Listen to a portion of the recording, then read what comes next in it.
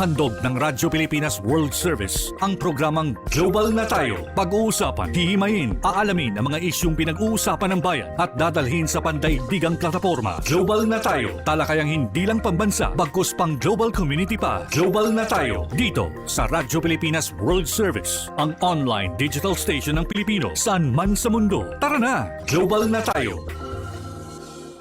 Muli po, isang mapagpalang pagbati at welcome na naman sa isa pang edisyon ng programang Global na Tayo. Ang programang Global na Tayo hatid po sa inyo ng Radyo Pilipinas World Service. Ang himpilang ito isa po sa mga himpilan ng Presidential Broadcast Service Bureau of Broadcast Services. Kasama po natin sa ating Global na Tayo team ang ating mga kasama sa Master Control, si Mr. Milo Jonela, sa Wirecast, si Justin, and of course ang ating executive producer po si Miss Stephanie Vicente, of course sa tulong na rin po at assistance ng ating kasamang si Miss Jam Season. At ngayon pong araw na ito, mahalaga at marami po tayong pag-uusapan. Tututok pa rin po tayo sa mga ginagawa ng pamahalaan, lalong-lalo na ng national at mga local government agencies upang tulungang makabangon ang ating mga kababayan na nasalanta ng lindol diyan po sa may Region 11 at Region 12 sa may Southern Mindanao. Unahin na ho natin ang pangangamusta natin dito sa ating Department of Education sapagkat naglabas po ng direktiba ang Pangulong Ferdinand R. Marcos Jr.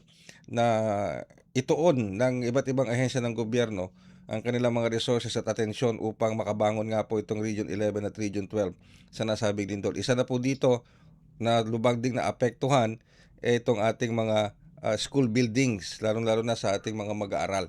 Kaya't maski po si Secretary Sani Angara ng ating Department of Education, kumilos na rin kasama ng iba't ibang mga opisyal ng Department of Education upang i-assess at i-assess at bigyan tugon ang mga pangangailangan ng ating mga mag-aaral at nung naging epekto sa mga school buildings sa mga nasabing rehiyon. And speaking of that, makakasama po natin ngayon sa ating linya ng komunikasyon mula sa Department of Education ng ating butihing Undersecretary Malcolm S. Garma.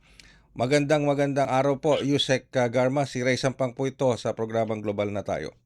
Yes, magandang umaga Ray at magandang umaga sa lahat ng taga-subaybay ng inyong programa. Thank you very much po, Yusek Garma, for indulging us today. Siguro diretso na po ako sa aking unang katanungan. Kamusta po ang inyong assessment sa pagtasa dito sa epekto ng lindol sa ating mga public school buildings, lalong-lalo na dyan po sa Southern Mindanao?